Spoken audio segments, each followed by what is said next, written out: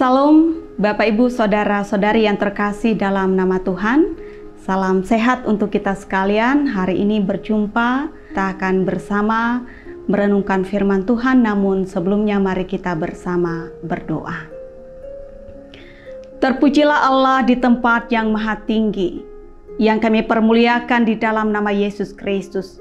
Terima kasih untuk hari baru dan berkat yang baru pula Engkau sediakan bagi kami di hari ini. Dan saatnya Tuhan kami memberikan diri kami untuk mendengarkan kebenaran firman Tuhan.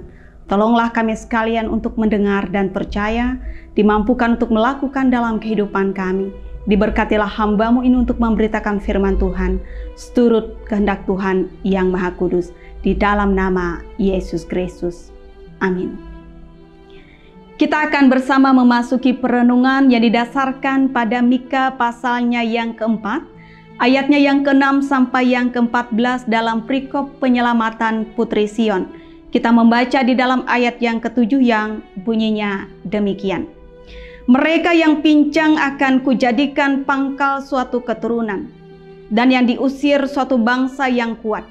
Dan Tuhan akan menjadi raja atas mereka di Gunung Sion, dari sekarang sampai selama-lamanya. Amin. Bapak Ibu sidang jemaat yang diberkati di dalam nama Tuhan. Hari ini Selasa 1 Desember 2020 kita memasuki bulan terakhir di tahun 2020 ini. Bulan yang penuh kehangatan dan sukacita bagi kita sebagai umat Kristen. Sebab di bulan ini kita bersama-sama akan merayakan hari Natal, hari kelahiran Yesus Kristus Sang Mesias yang dijanjikan oleh Allah. Bapak Ibu saudara-saudari yang terkasih, janji tentang kedatangan Mesias sudah dinubuatkan berabad-abad sebelum kedatangannya melewati peristiwa Natal atau kelahiran. Salah satu nubuat itu disampaikan oleh Nabi Mika. Mika adalah nabi yang seangkatan Nabi Yesaya. Keduanya ada dalam konteks saat itu Israel dalam masa krisis kepemimpinan. Mereka begitu merindukan seorang pemimpin atau seorang raja seperti Daud di masa lampau. Umat Israel pun pada saat itu mengalami krisis, termasuk juga krisis di dalam hal iman. Mereka jatuh di dalam pelanggaran dan dosa. Mereka diibaratkan sebagai orang yang pincang, yang karena tidak ada pertobatan, mereka harus dididik oleh Allah dengan cara dibuang ke tanah pembuangan, yakni Babel.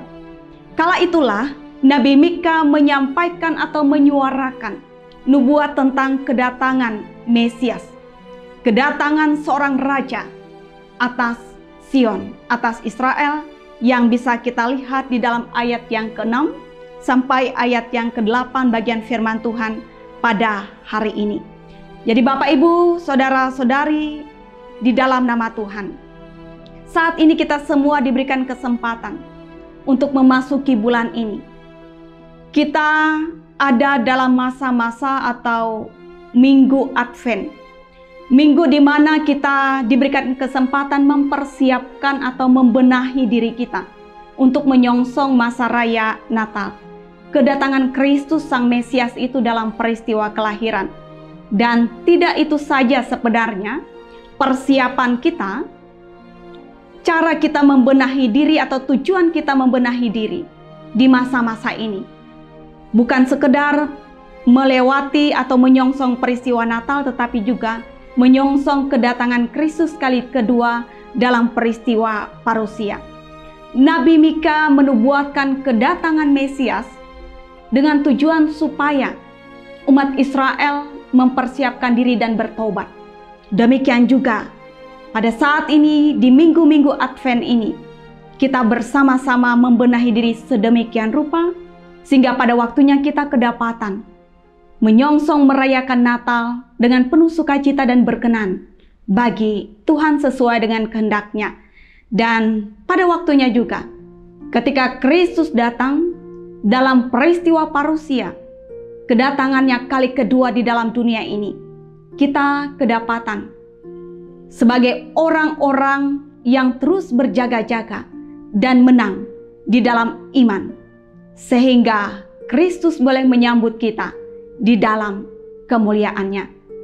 Selamat menyongsong masa raya Natal, selamat menyongsong parusia, selamat mempersiapkan diri, membenahi diri sedemikian rupa di masa-masa minggu Advent ini.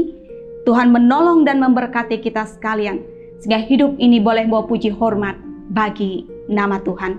Tuhan Yesus memberkati. Amin. Mari kita berdoa. Kami menaikkan ungkapan syukur terima kasih tiada bertara, sebab kami boleh bersama-sama mendengarkan kebenaran firman Tuhan yang disuarakan di tengah-tengah kami, yang akan memperlengkapi perjalanan kehidupan kami di sepanjang hari ini. Bapa kami dalam Yesus Kristus, kami menyerahkan seutuhnya kehidupan kami dan seluruh keluarga yang kami kasih sepanjang hari ini dalam tangan Tuhan. Biarlah apapun yang kami kerjakan, seluruh aktivitas perjalanan dan apapun yang kami lakukan, boleh diberkati, berbuah baik dalam kehidupan kami, bahkan menjadi berkat bagi setiap orang yang ada di sekitar kami. Bapa kami dalam nama Tuhan, kami serahkan gumul dan juang kami sepanjang hari ini. Meski kami menghadapi kehidupan yang mungkin tidak mudah, tapi kami percaya ada Allah yang Maha Kuasa yang senantiasa setia menolong dan memberkati kami. Kami dukung dalam doa bagi sekalian yang mengalami sakit, kiranya dipulihkan di dalam nama Tuhan Yesus. Terkhususnya saudara-saudari kami yang masih positif COVID-19, dirawat di rumah sakit, di rumah masing-masing, di tempat isolasi Tuhan. Kami mohon kekuatan, semangat, sukacita yang datangnya daripada Tuhan. Engkau memberikan kesembuhan melewati berbagai perawatan pengobatan yang boleh diterima. Terima kasih Bapa kami. Kehidupan kami sepanjang hari ini kami percayakan dalam pimpinan Tuhan Allah Immanuel. Di dalam nama Yesus Kristus kami berdoa. Amin.